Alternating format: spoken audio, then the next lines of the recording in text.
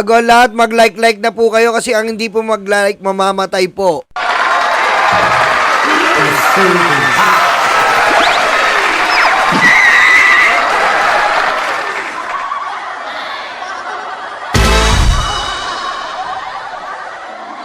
Yun lang po ang binabala ko sa inyo. Ayoko rin po mangyari sa inyo. Mag-like na po kayo kasi mamamatay po.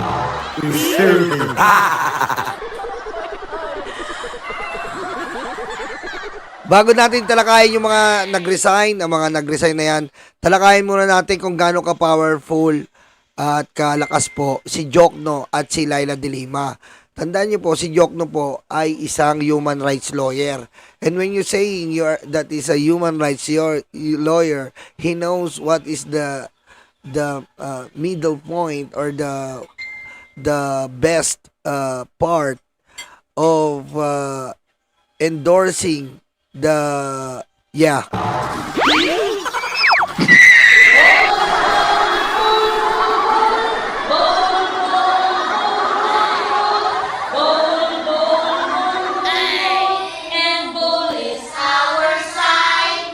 Para hindi na tayo mahirapan, dito na lang tayo sa GMA. Sino na mag-English, wag na ako.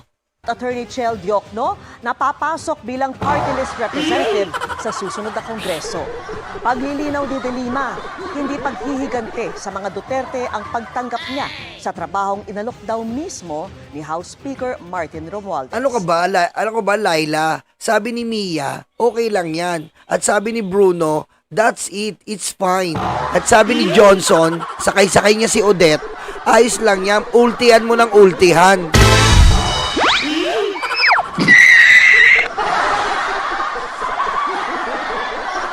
Ha? Ayos lang yan, Laila. Ultihan mo, third skill ka agad. Di ba? Nakatutok si Tina Pangaliban Perez.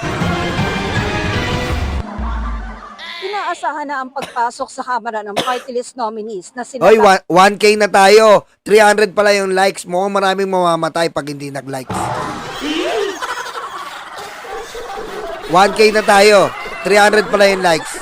Mukhang maraming hindi makakapanood ng impeachment. Matitegi na.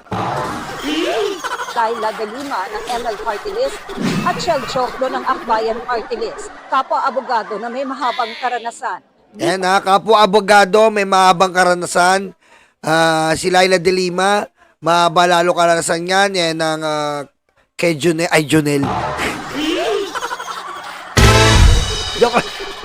Joke lang po ha. Ma'am Laila, I love you. Joke lang po yan, Ma'am Laila. Alam mo naman palabiro dito sa channel na to. Hindi po joke lang po yun. Mahaba ng karanasan sa mga Duterte. Kasi po, si Ma'am Laila po, pumunta pa po yan ng Davao para imbestigahan ang Laod Quarry. Siya po yung talagang naglakas loob na imbestigahan ng Laod Quarry. At muntik na po yung buhay niya dahil mismo si Duterte inutusan si Las Cañas na i-sniper si De Lima. Buti na lang po hindi na ituloy at hindi umubra dahil napakarami pong bodyguard ni De Lima noon. Dapat po talaga na sniper na to ni Las Cañas sa utos ni Duterte. Ayan po ang mga experience niya. At si Jokno naman po, napaka galing po na human rights lawyer. Nagbibigay din po yan ng libreng konsultasyon sa kanyang FB page. Nagbibigay siya ng mga libreng konsultasyon ukol sa batas. At nagbibigay din po siya ng libreng, halimbawa, hindi nyo mabuksan yung delata nyo, yung mga coke, libreng pambukas. Joke lang. Joke lang po.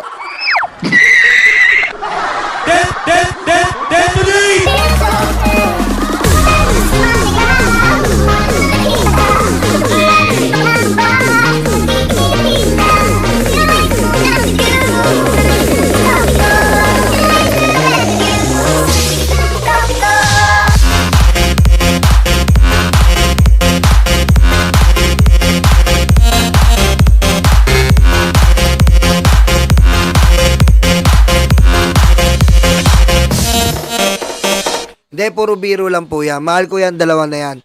Mahal ko yan, dalawa na yan. Alam mo bakit? Kasi nga po, yung to agree immediately to the offer of the Speaker of Romualdez is such amazing things to do, you know.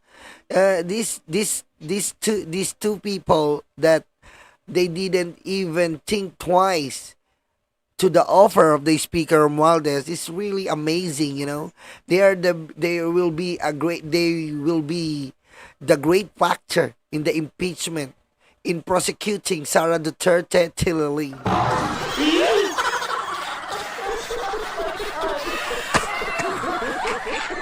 Hindi, mamuchacha, okay naman. Binawi ko naman eh. I love you tayo. I love you. Kung man na ipoproklama, ginawagan na sila ni Speaker Martin Romualdez para yayain magsilbing prosecutors sa parating na impeachment trial ni Vice President Sara Duterte. Agad naman itong tinanggap ng dalawa. And then he said that they would be divided, or it would be good for the prosecution team if I join them. So when he asked about it, are you amenable? Do you agree? Sabi ko, okay. Oh, kita mo? Napakabilis po niyang umoo. Yan po ang maganda eh.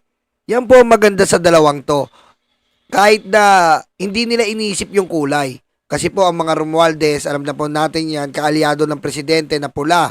At si Laila de Lima po at si Jokno, kakamping po yan at dilaw.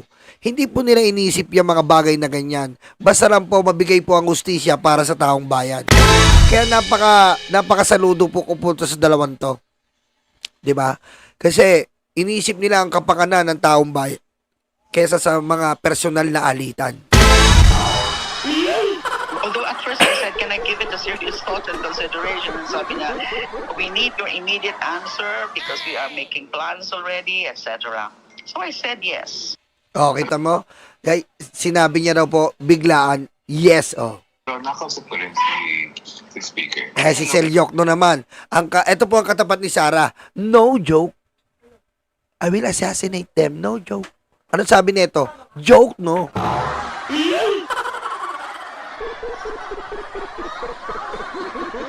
Diba? Joke, no?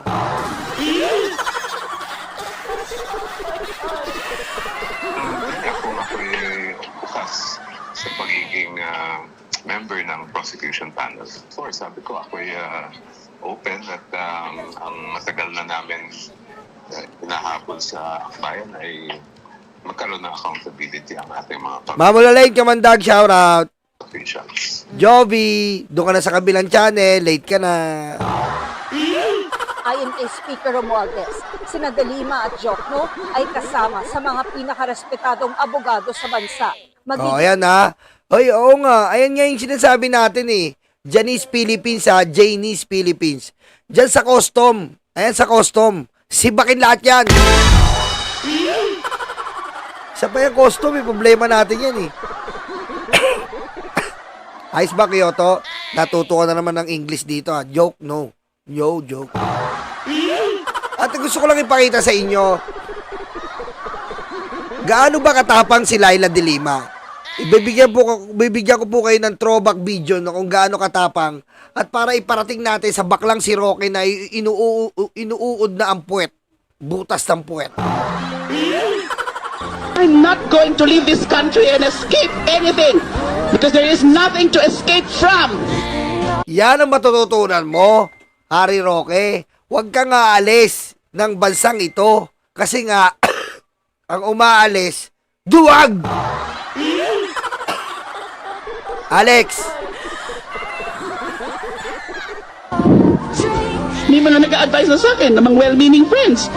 Mag-isip-isip ka na, Laila, kasi kaka-announce din nga ng Pangulo na ikukulong ka na daw talaga. Oh, kita nyo, ginipid siya noon. Pero hindi siya umalis. Hinarap niya lahat, 7 taon, walang kasalanan. Ganong katapang tong tao na to, kaya saludo ko dito kay Laila de Lima eh. Di ba? He did well. She did very well. Junel.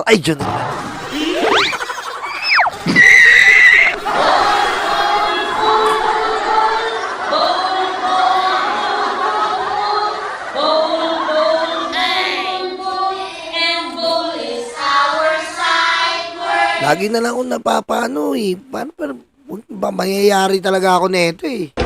Maghanap ka na ng asylum. Why should I do that? I want to fight here in the country. Kita nyo, sabi niya, I want to fight in the country.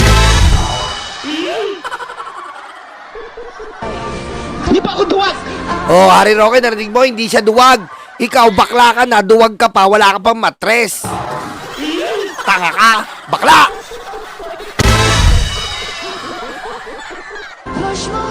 Na wala pa akong kasalanan. Yung mga nagtatago lamang. Duwag. Oh, yung mga nagtatago, lamang ang duwag. Sino yan? Si Harry Roque, bakla, balyena. Di ba? Yan niya, si Harry Roque. Bakla, nababantot, masangsang.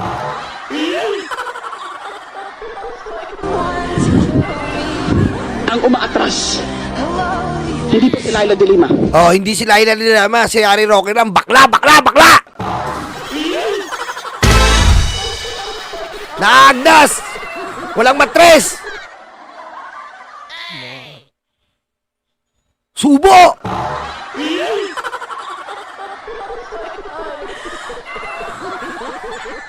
Eh no, sabi ni Joel Lipalo, banana eater!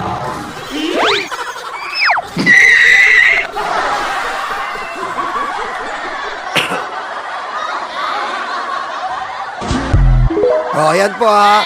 Ayan po si Laila din na ayaw ng bangko. Gusto supa! Supa! Supa!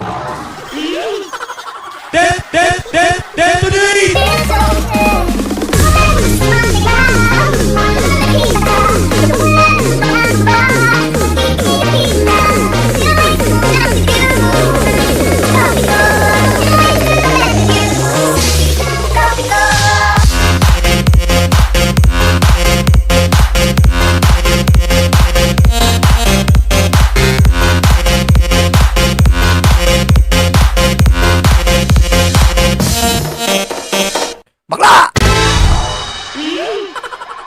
Ayan po ha. Yan po ang ano natin. Yan po ang masasabi natin dito kay Ma'am Laila de Lima at Shell Jokno. Na kung yung dati po ay powerhouse na, mas lalo pa ngayon. With Akop, with Jinky Luistro. Isipin nyo po, pinagsamang Jinky Luistro, magaling sa debate, at Laila de Lima. Di ba? Parang hawak-hawak niya palagi yung konstitusyon dahil ang lupit ni Laila de Lima. Tatandaan niyo po nung Quadcom, siya ang nagsabi na pwede nating ipakulong si Duterte dito sa batas na RA 9851. Kita mo, ayan yung mga, Frozen Heart, thank you. O, di ba? Kaya, tapos si Shell Jokno po, na talagang maaasahan mo. 'Di ba? At hindi ka pwedeng mag no joke kasi nga siya si Joke No.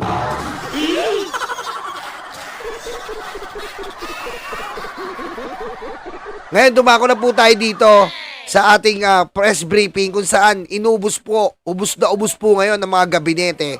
At para sa akin po ay napakalupit po nito. At sinasabi ng mga DDS, ano ba yan? Ba't ganyan? Natural yan. Kay Gloria Arroyo, kay Duterte, meron pong ganyan. Natural po na ginagawa yan. Mag-research kayo, mga DDS. Hindi yung puro nagluluga kayo. Natural lang yan. Kay Duterte, meron din yan. Oh, para maniwala kayo, kay Duterte, meron din yan. Ayan, courtesy resignations para sa presidential appointees, pinag-utos ni Duterte. Ayan po. Natural lang yan. Okay, tatanga-tanga. Okay, good. Ito na. Very much, Deputy Assistant Secretary de Lima. At bago po ang ating question and answer, narito po ang isang mahalagang anunsyo mula sa ating Pangulo. It's time to realign government with the people's expectations. President Ferdinand R. Marcos Jr. has called for the courtesy resignation of all cabinet secretaries in a decisive move to recalibrate his administration following the results of the recent elections. This is not business as usual, the President said. The people have spoken and they have expect results. Not politics, not excuses. We hear them and we will act. The request for courtesy resignations is aimed at giving the President the elbow room to evaluate the performance of each department and determine who will continue to serve in line with his administration's recalibrated priorities. This is not about personalities, it's about performance, alignment, and urgency. Those who have delivered and continue to deliver will be recognized. But we cannot afford to be complacent. The time for comfort zones is over. This step marks a clear transition from the early phase of governance to a more focused and performance-driven approach. The President emphasized that while many have served with dedication and professionalism, the evolving needs of the country... Yung ombudsman kaya, ombudsman, mag-resign ka na, huwag kakapal-kapal ang mukha mo. toward a renewed alignment, faster execution, and a results-first mindset. Government services will remain uninterrupted. Ombudsman, agahan mo na, kung naintayin September, wala ka naman ng ginagawa eh. Kung naintayin September, wala ka rin ginagawa, unahan mo na. Para magkaroon ka pa ng dahilan. During this transition, the President reiterated that stability, continuity, and meritocracy will guide the formation of his leadership team moving forward. With this bold reset, the Marcos administration signals a new phase, sharper, faster, and fully focused on the people's most pressing needs. Okay. So, hindi na po siguro natin ikakagulat. Ayan po ha, in Tagalog po, Tagalogin natin, baka sabihin nyo. In Tagalog, lumayas kayong lahat na walang silbi dyan. Diba? Diba? Yan ang sabi. In Tagalog yon. Lumayas kayong lahat dyan, mga walang silbi, umalis kayo.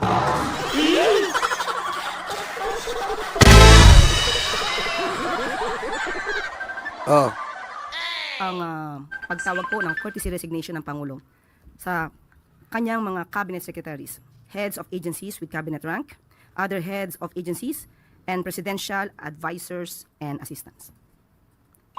Handa na po tayong tumugon sa inyong mga katanungan. First question, Crisel Insigne, IBC 13. Hello po, Yusek. How this courtesy call will affect the ongoing projects and programs of the administration po? Maliwanag din po ang sinabi ng Pangulo, hindi po maaapektuhan kung ano po ang pending at existing projects habang ito ay may transition. At tuloy-tuloy lamang po ang Alam nyo, alam nyo dapat ang ano dyan, si Solgen, Department of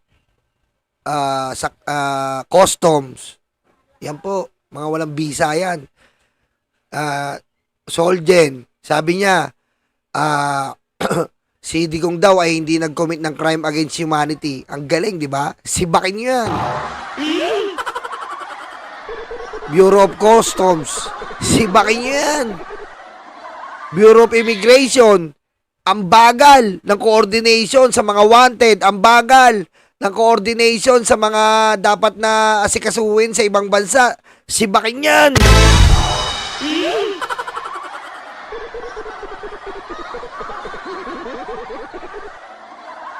Naiya, sibakin na rin yan.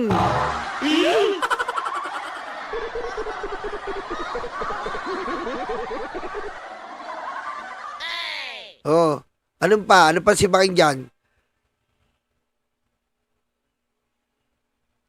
Saan pa ba? Sa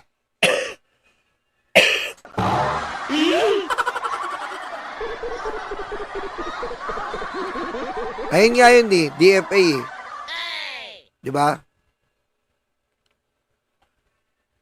Ako ng mga cabinet secretaries at ng mga tao sa gobyerno. At mas maganda po itong mapakita rin ng ating mga heads of... Solgen Gibara, unahin natin. Ba't hindi yung mukha nun? Hindi ng mukha ni Solgen eh. Si cabinet secretaries na sila ay naaayon sa goal ng Pangulo. Ipakita nila na sila ay dapat na matantili bilang parte ng administrasyon ng ating Pangulo.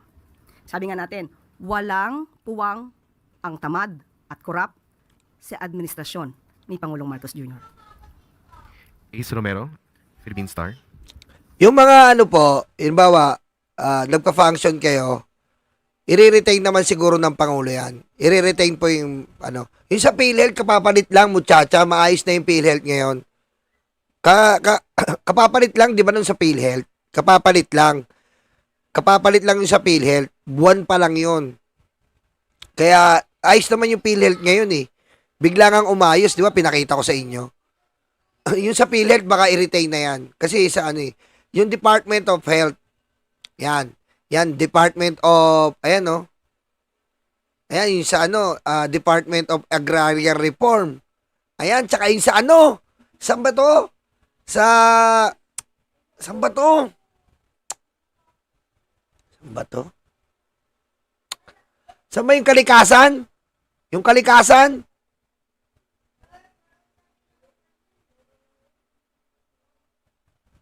Ano ba yung kalikasan natin?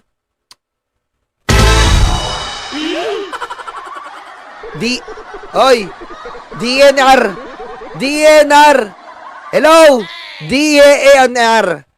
Wala tayong gabi-gabinete ha, pero para sa taong bayan po tayo. DENR. Yung Sierra Madre, kalbo na. Ano nangyayari dyan?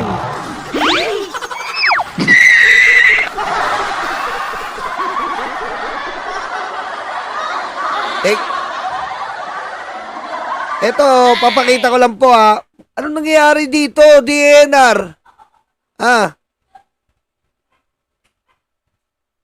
Oh, teka lang ha. Sierra Madre.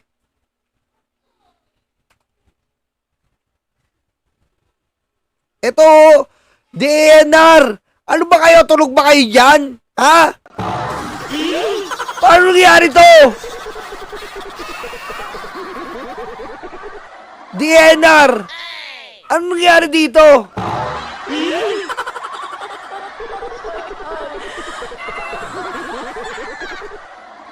Grabe to! Kaya tayo nalulubog sa bahay.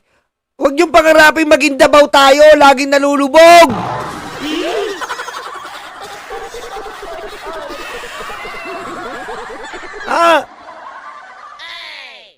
Tulog ba kayo dyan, DNR? Hindi natin pangarap maging Davao. Ba't kalbo to?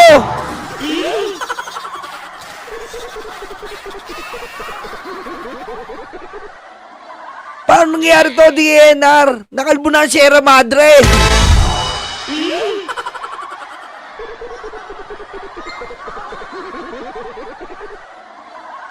Ano ba trabaho nyo? Magbilang ng puno? Ha? Sabi ni Shiro. Vic Rodriguez? Ano to, Vic Rodriguez in the making?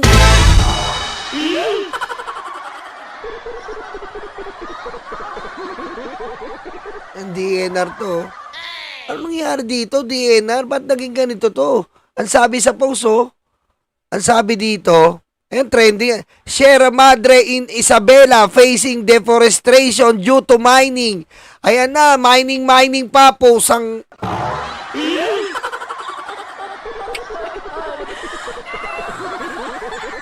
Nabanggit sa statement na it's something that has got to do with the election results. Ano po ba yung resulta ng election na mukhang hindi yata natuwa ang Pangulo at nag-trigger ng ganitong call for resignation?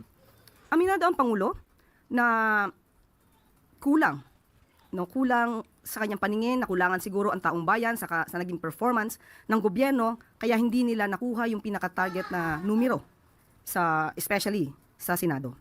Pero kahit ano Yan, Philippine Statistic Office. Tama si Joby. Yung birth certificate, para nakalusot yan. Philippine Statistics Office. Yung birth certificate, para nakalusot yan. Oh, dapat to si Comelec, mag-ano na rin to eh.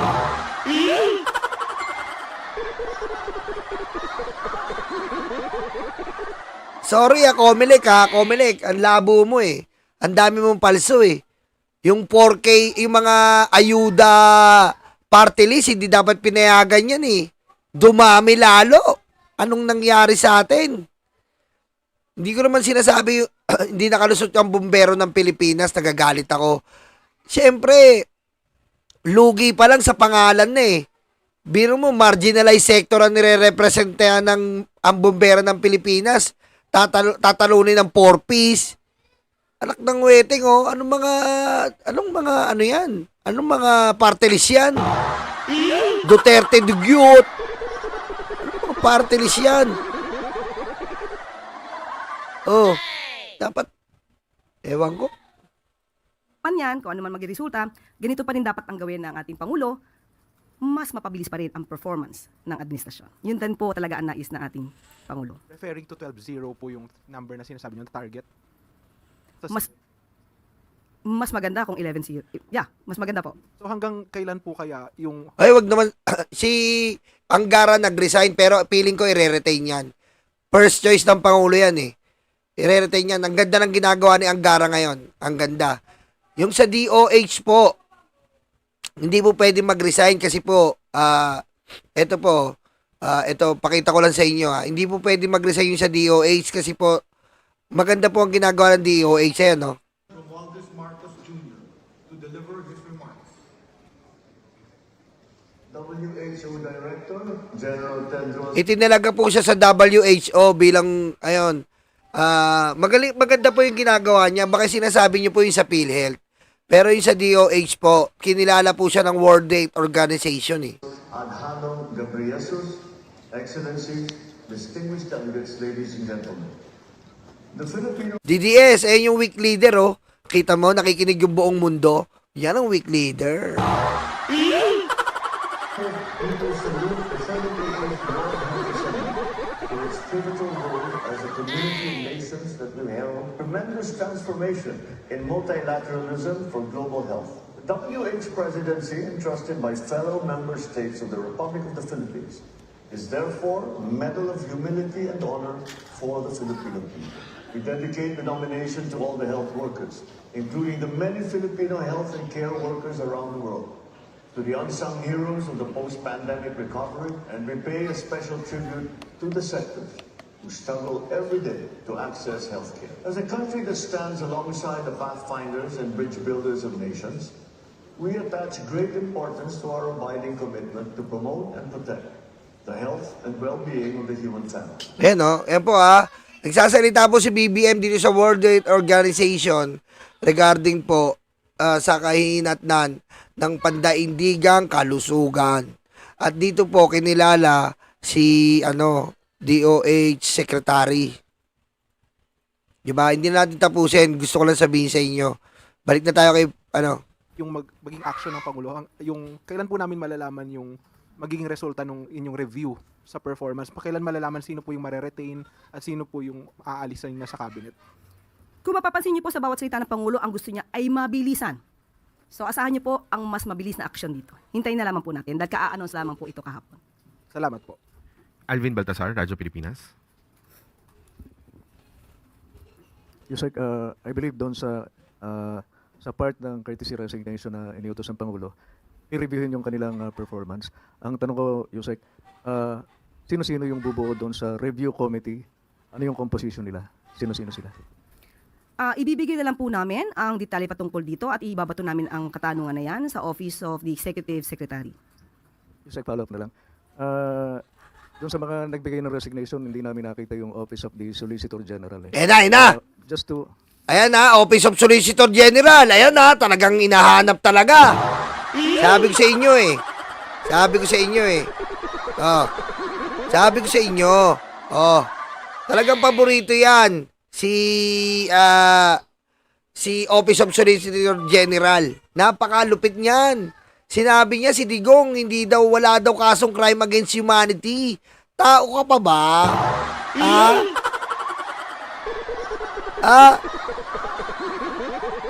Tapos sinabi pa niyan, hindi daw siya makikialam dito sa pag-aano ni Digong. Hindi siya nakikialam. Tao ka pa ba?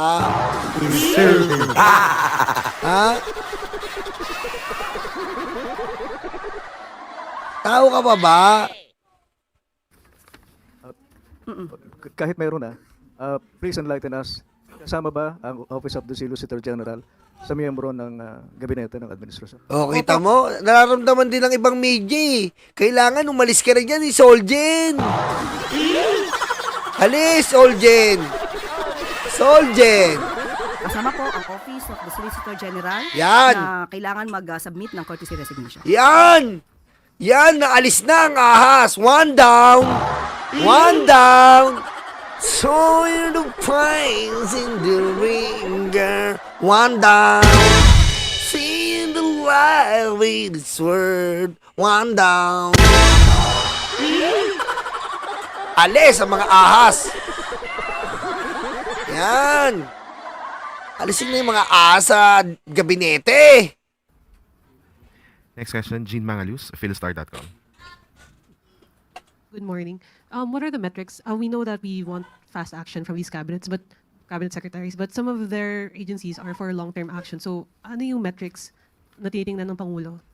Unang-una kung gano'n nga ba kabilis ang kanilang performance at kung may issue ba tungkol sa korupsyon. Importante po yan. So, hindi lamang performance, titignan din po nila kung nagkakaroon ba ng issue tungkol sa anomalya sa kanilang pag-handle ng kanilang agency. There are reports that this shakeup is targeted towards specific secretaries. How true is this? We have no update on that. If there is really a target secretary regarding this request for courtesy resignation, there's none as of the moment. Tristan Nodalo, Newswatch.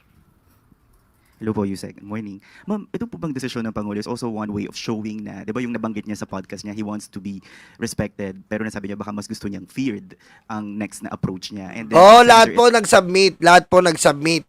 Pero may i-retain dyan. Feeling ko, si Remulla i-retain. Feeling ko, si Gibo i-retain. Magaling yan eh. Feeling ko, ewan ko, si Bersamin. Si Bersamin, siyempre. Pero sana wag na i-retain talaga. Si Soljen, malabong i-retain yan, men. Malabo. Kalaban ka eh. Biro mo, chief executive mo, hindi mo sinunod. Walang kasalanan si Digong. Yup, amazing ka.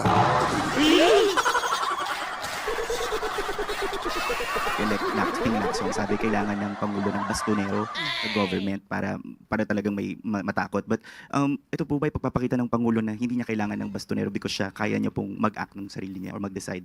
Bilang presidente, hindi po talaga dapat sinasabi na kailangan ng bastonero. Mismong presidente mismo ang bastonero. At yan po ay aasahan natin. Ngayon po na nagsalita ang Pangulo na kinakailangan po ng mas mabilis at malinis na administrasyon, mapapakita po yan ng Pangulo. Di po niya kailangan bastonero. Siya na mismo po ang bastonero. Siguro na lang po baka sa ibang kritiko ng Pangulo gamitin. Yuse kasi si BBM kasi kailangan, eto na nga yung sinabi natin no, wala po kung sana tayo magalit. Kailangan mag-step up na siya to another level. 'Di ba? Meron po kasing kumbaga meron po siyang mala John Wick. Alam mo 'yon? Si John Wick, napakabait ni John Wick. Nag-aalaga na lang ng aso. Pero nung napahamak yung aso niya, na yung ibig sabihin nun, yung taong bayan, pinaslang niya lahat. Di ba? Dapat gano'n na si BBM. Magmala John Wick na siya. Di ba? Kasi iba na eh. Ibang labanan na to. Demonyo ang kalaban natin, tandaan nyo. Aminado ang kalaban natin na demonyo sila. Presidente ng impyerno. Ngayon, kung lalambot-lambot ka pa at kalaban mo ay presidente ng impyerno, mahihirapan po tayo niyan. Di ba, Yusek? Kaya kailangan din po, kung talagang hindi forte ng ating Pangulo ang makipagbakbakan, kailangan po niya talaga ng isang maghahatol o mamumukpok sa mga taong sagabal sa administrasyon at para sa taong bayan. 'Di ba? Ngayon, if ever mag-step up ang Pangulo, which is very, very good yon, kung mag-i-step up siya. Yun lang po naman ang inihiling namin eh. Ayan din po yung sinasabi natin dito sa vlog, na kailangan mag-step up ang ating Pangulo. No more Mr. Nice Guy. Kasi, sa 3 taon, nandun tayo sa karakter ng Pangulo na Mr. Nice Guy. Pero hindi po umubra. Diplomasya, hindi po umubra. Pagiging makatao, hindi po umubra. So, Therefore, we conclude, no more Mr. Nice Guy. Kailangan mag-step up na siya ng sarili niyang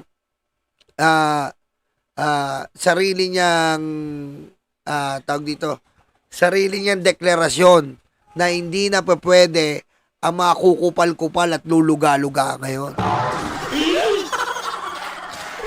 Diba? Man of Steel, pwede rin.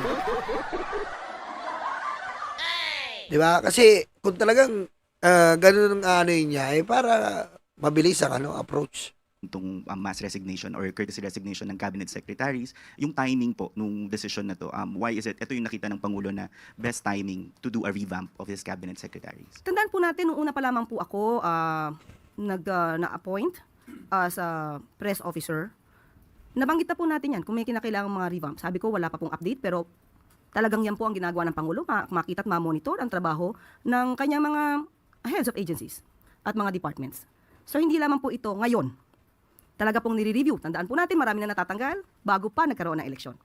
Bago pa nangyari ang eleksyon. So, siguro mas naramdaman lang naman Pangulo itong naging eleksyon na mas kailangan pa ng mas mabilisang pagtatrabaho ang administrasyon para sa taong bayan. Maricel Halili, TV5. Yusek, magandang umaga. Paglilinaw lang po yung sinabi nyo kanina na walang pagtigil doon sa program ng gobyerno. So, ibig sabihin, the cabinet secretary will still hold their post until makapag-appoint ng panibago si Presidente. Yes, mananatili sila sa kanilang posisyon. Siguro ito yung tamang panahon para ipakita nila na dapat sila manatili sa kanilang posisyon. Pero kapag nakita po talaga ng Pangulo na hindi mo deserve ang iyong posisyon, you will be out. Pero Yusek, how frustrated is the President for him to lead into this direction, asking all the cabinet to submit their courtesy resignation, and how big a factor is his most recent approval ratings? Approval ratings, ang recent, medyo mataas naman. So nakita naman natin na mataas pa rin ang tiwala ng taong bayan sa Pangulo. At hindi naman po kasi maganda rin sa parte ng Pangulo na isahin niya ang bawat sekretary, alamin kung ano ba ang performance mo, kaya dapat lahatan po ito. Para sabi nga nila magkaroon ng elbow room ang Pangulo sa pagpili ng tamang leaders na mamumuno sa kanyang administrasyon. Is it right to say that he is frustrated with the performance of some of the cabinet secretaries? Yun po ang lumalabas. Follow-up question, Eden Santos, Net25. Okay. Yusek, good morning po. Yung pong cabinet revamp, hindi po ba yun layo na ilihis umano yung sisig sa Pangulo? Dahil kung binabanggit niyo po na yung performance ng ilang mga cabinet secretaries, since sila po ay nagsisilbing alter ego ng Pangulo, hindi po ba parang sa kanya rin yun na babalik? Kaya nga po tatanggilin. Para po mas papaganda pa ng Pangulo ang performance ng kanyang administrasyon. Eden, ano ka ba, Eden? Kaya nga tatanggalin eh. Ano ba talaga? Pinapainit mo na naman ulo ni